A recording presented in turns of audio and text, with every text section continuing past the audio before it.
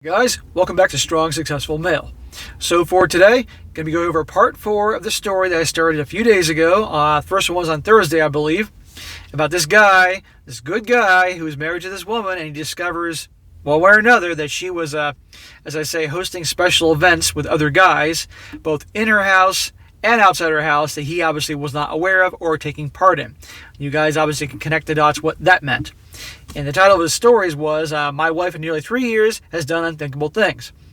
And as you guys know from the other parts, this is part 4. This is wrapping up his saga. And this guy, as you all know, went through very, very hard times, found out what was going on with the wife, confronted her, she had a meltdown, the whole 9 yards, went to couples therapy, but found out that she was doing more lying and doing things behind the scenes with other guys, even though she was trying to work on the relationship. The guy wanted to end it, and he played it cool through the divorce process, making her think that he wanted to get back together, but they had to split up first to make things easier in terms of the divorce. He found out in the last video that upon the divorce, he didn't have to pay her any alimony or anything major at all, so he walked away in a really good situation, given the fact that he got married in California, the no-fault state. So this guy is now on the path of recovery, getting his life together. And this story, which I'm going to jump into, takes place almost 2 years after he found out what happened with her, and about a year and a half after he finally sealed the deal on the divorce. And you're going to see here that he is moving along in his life and getting better, but this particularly goes into what's going on with the ex. This obviously horrible, horrible person that he was married to. You're going to see what's going on with her, and you're also going to see this guy is where you're going to see in this story the expression curiosity killed the cat, where this guy has the ability to hide the goings on of his ex because he's still getting over her, let's be honest here.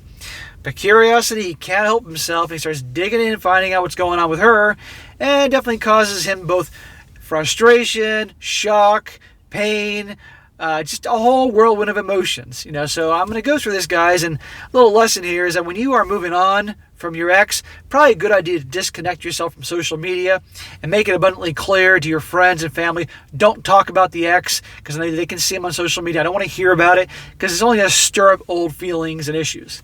So let me jump into the beginning of the update. He says, hello again, everyone. In 17 days, it'll be the second anniversary of my D-Day. Honestly, when I go back and read the previous post that I wrote, I can honestly say I never thought I'd make it this far. I knew he would. I knew he would get past this. In terms of the amount of time that has gone by and the healing of the pain, burden, hurt, and depression that I felt because of my ex-wife's horrific actions, I received messages from many of you caring folks asking for an update. And all I can say is, be careful what you ask for. Hopefully this will be my final update as to what has taken place since the divorce became official. In case you're joining the conversation at this point, here's a bit of light reading that will get you caught up on the situation. It says, obviously it's been quite a while since my last update, but there have been some important events that transpired that truly show how appalling a human being can be. And this woman, as you guys know that have watched the other videos, she is one ugly, ugly human being. After the divorce was finalized in February 2019, I tried my best to go no contact, but that's easier said than done nowadays. I didn't speak to her or anything like that, but every now and then I might see a post from a distant family member of hers that I hadn't yet blocked, or a friend would unintentionally mention something they saw on a mutual friend's Snapchat. Things along those lines. All of my true friends try their best to keep these type of updates to themselves, but some news was too big to hold back. That's a bunch of crap, okay? Now, first of all, this guy, in my opinion, if this was me, I would have deactivated all my social media for a while until I was truly healed, because there's no way you're going to miss these things, okay? If this guy, because he was obviously very hurt by this, which I totally understand, really should have deactivated social media just so he wouldn't have to see this stuff and he can truly move on. And I would have instructed my friends, I don't want to hear a peep about her, not a word about what she's doing. I don't care how crazy it is. I don't want to hear about it. But obviously, he didn't put his foot down with his friends, so he started getting trickles of information in, which causes him to start thinking about things, and you're going to see. The first blockbuster came May 2019, when one of my best friends called to tell me that my ex-wife was getting remarried to a guy from Tennessee. Shocker. Wait, what? Yeah, it was true. My friend's husband had yet to block my ex-wife on Facebook, and was able to take screenshots of the events that transpired leading up to the big news. Mind you, this all took place between March of 2019 and July 2019. So I think he said the divorce was finalized in February 2019, so all this happened just months later. How many times have I told you guys that a lot of women in this world cannot be alone? They got to have a guy there. They got to have a guy there supporting them financially with resources, or a guy there emotionally to have, okay? Even if they're not into the guy, and they obviously cheat, they still got to have at least one main guy to obviously milk, and she's one of these types. He says apparently Buddy and her didn't last too long after the divorce was finalized. I don't know the specifics about how it ended. I kind of wish it did, but not surprising in the least. Buddy is the main guy from the other videos she was having the affair with, okay? Buddy, and he's being sarcastic with that term, was one of his fellow soccer players in a soccer league they played with. Real nice, huh? Buddy was a classic chatter Tyrone. He's there to obviously hook up, nothing more. And I knew that the second this divorce was over, Buddy would be out of the picture like that.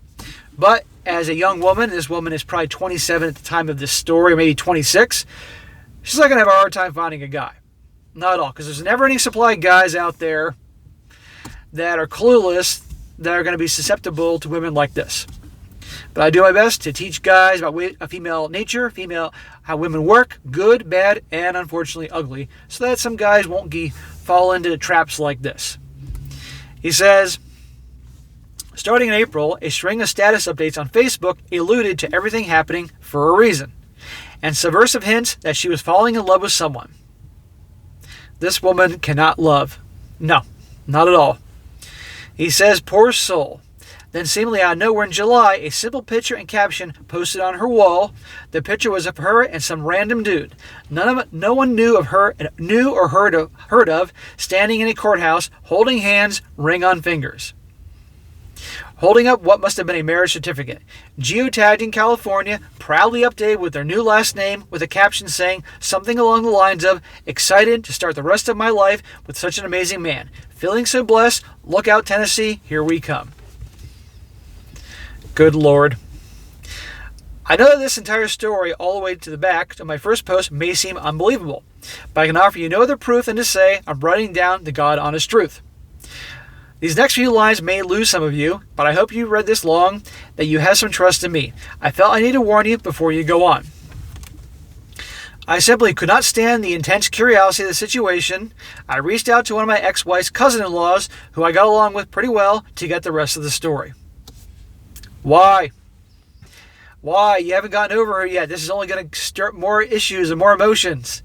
Curiosity killed the cat, dude. He says he obliged. Her new husband was someone she had met online and had been talking to for a few months over the phone, text, etc. Apparently, they both fell hard and fast for one another, and he proposed to her on a phone call. She said yes, and they simply couldn't wait. Within a week of the proposal and a serious attempt by her to inform her family and invite them to the wedding, it took place in a very random town about 2 hours away from our hometown for some reason I do not know. He flew out to California, and the marriage took place on a Saturday. That day also turned out to be the first time that they had met face to face, but now they were man and wife. So they never met each other in person, they never kissed, never hooked up, none of that. It was all a phone relationship, texting relationship, and they're going to get married. It's crazy, but this woman is crazy, so we're not surprised. And this poor sucker is in for, oh God.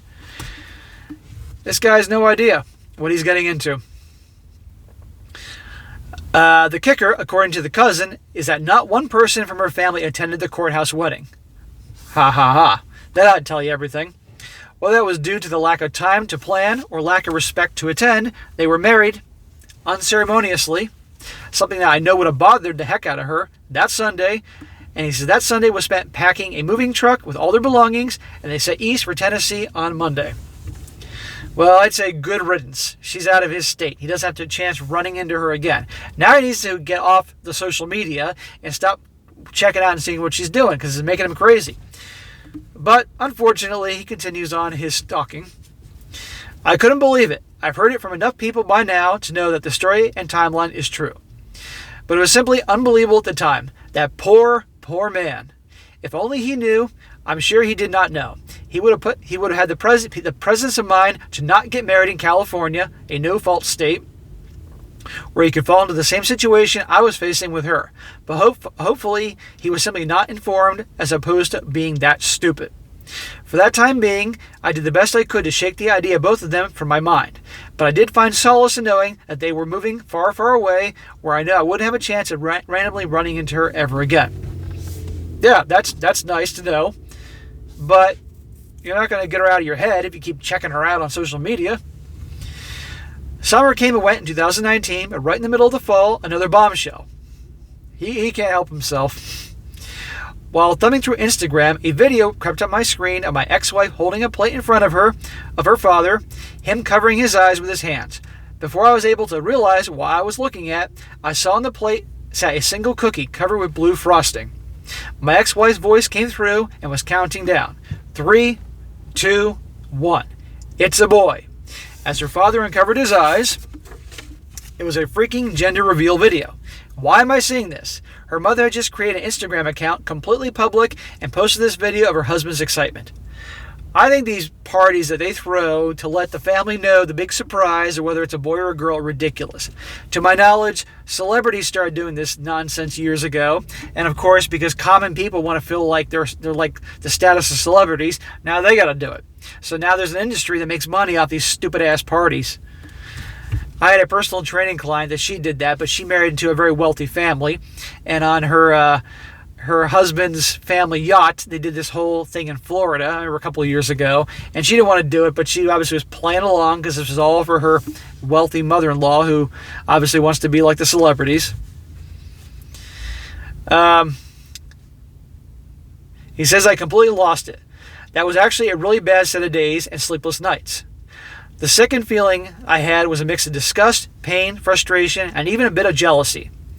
It's one of my great aspirations in life to become a father, and had all this not happened on our previous timeline, this very could have been the time that we had a child together. It could have been my child.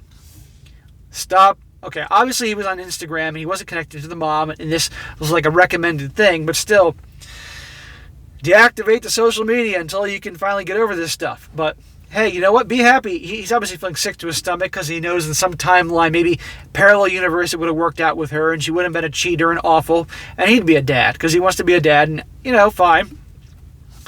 Be happy that you found out about her true nature early in life. This guy's got his whole life ahead of him. I would take all the horrible things he went through and use that to develop a very good defense shield and ability to really screen any women that come into his life down the road when he heals. But if this is what he truly wants, to be a father one day and all that, he can have that. But be extraordinarily careful with any woman he gets involved with going forward. He said it could have been me, blah, blah, blah. I'm 32 years old now, and I thought I'd be one now, much less, not even on the path towards having a relationship, let alone a child. I'm a mature man, and I realize that I do have time ahead of me to achieve that dream with someone I love and I'm happy with. But I can't stop myself from comparing where I am in life, where I thought I'd be right now. All I can say for certain is that in this particular scenario, I'd very much rather be in my position than the soon-to-be fathers. Yeah, with her. Dude, you're 32. 32, you got your whole life ahead of you. Okay, I'm 43, and in my mind, I feel like I'm 25. And to any of you guys out there right now, they're in your 30s or 40s, and you're in a situation you're unhappy with, bad marriage, bad situation, or you haven't done these things yet, whatever it happens to be, and you think basically I'm too old, that's a bunch of crap, okay? You can achieve so many things even though you're a little bit along in life, okay? Don't let a number get in your way. Seriously. I imagine that by now the baby is probably born. I've had the good fortune and good company of those around me to not have heard either way. Well, it's about time. I know this is the preferable situation to be in, not knowing, than the alternative, but I can't help but wonder every now and then. The good news is that when I really think about it, there are more and more days now that she and her dumpster fire of a life do not cross my mind whatsoever, and I consider that progress. It is progress. That's great, and soon there'll be less and less you think about her, to the point that you may think about her once every 6 months to a year. You're making progress. That's what it's all about. Guys, you go through hard times. It's going to seem impossible at the time, but eventually you will get through it, and the pain will get less and less as time goes on. It says here, there are still bad days, which are made exponentially worse because of the stay-at-home orders, creating unbearably depressing days. He's obviously referring to the last year or so because of COVID and being at home and all that under the quarantine. I have the good fortune of currently working as an independent contractor, able to do work from home on my computer, but those are the very lonely days. I make a point to get out and walk, but I do miss the gym. I've gone home to visit my parents as much as I can, just to have some company that isn't talking to someone on a webinar or over the phone.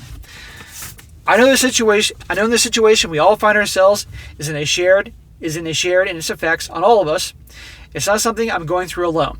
When I get to feel hopeless, I think back to the early days following my D-Day, and I thought I'd never make it through it. Yet I have, and I'll make it through this difficult time as well. Of course you will. Of course all of us will. Everybody's handling the whole COVID time in different ways, and obviously it's different parts of the world, different states you're living in. There's a light at the end of the tunnel, but a lot of people have gotten really excited about this whole thing, and just got to take in a certain perspective, This too shall pass. One day at a time, one moment to the next, if need be. But time moves forward, no matter how slowly it seems to be moving. I thank you all for taking the time to read my update and catch up on what's transpired. I'd like to close by offering my sincerest gratitude for those of you who have commented, messaged me, and encouraged me through this entire life event. I can say without a shadow of a doubt that it was the strength of this community that saved me, encouraged me, and gave me yet another shot at living a happy life after avoiding a dismal existence. Thank you, and thank you. Here's to another 2 years of surviving and thriving. Well, bro, that is quite a story. That's the longest saga I've done here on YouTube with multiple parts to it. But I say, cut back on the social media and ignore what she's doing in her past and all that, and tell your friends to shut up about her and what's going on with her life. The point is, clean slate. You got a new chance, okay? And take all this knowledge you've gained through this horrible experience and to help make you stronger. That which does not kill you makes you stronger. And obviously, if one day that you do want to be a dad and all that because this guy's a good guy, okay, you'll get there. But take these hard lessons you learned about women and female nature, the ugly, ugly side, extreme worst case scenario about female nature, what could happen and go wrong in relationships and marriages, to give you that knowledge, to obviously have a very good screening process when you eventually start dating and serious with another woman. Just be extremely careful. And if you're going to get married one day, even though I tell you don't do it, but if you're going to do it, prenup, brother, prenup. And find out everything you can about her and take your long time of really taking a while to find out who she is. Don't go jumping into a marriage very quickly just because you want to be a father and all that, okay? Take your time. Or you simply can meet a great girl that maybe has an attitude towards marriage that, hey, it's not what it all is cracked up to be, but I still want to be with you and have a kid with you. Maybe you can do that, okay? But it's your life. So, all right, guys, that's it for today. That has ended the saga. Be sure to comment down below what you think about this, and be sure to like the video, share with your friends, and subscribe. And I'll catch you next time.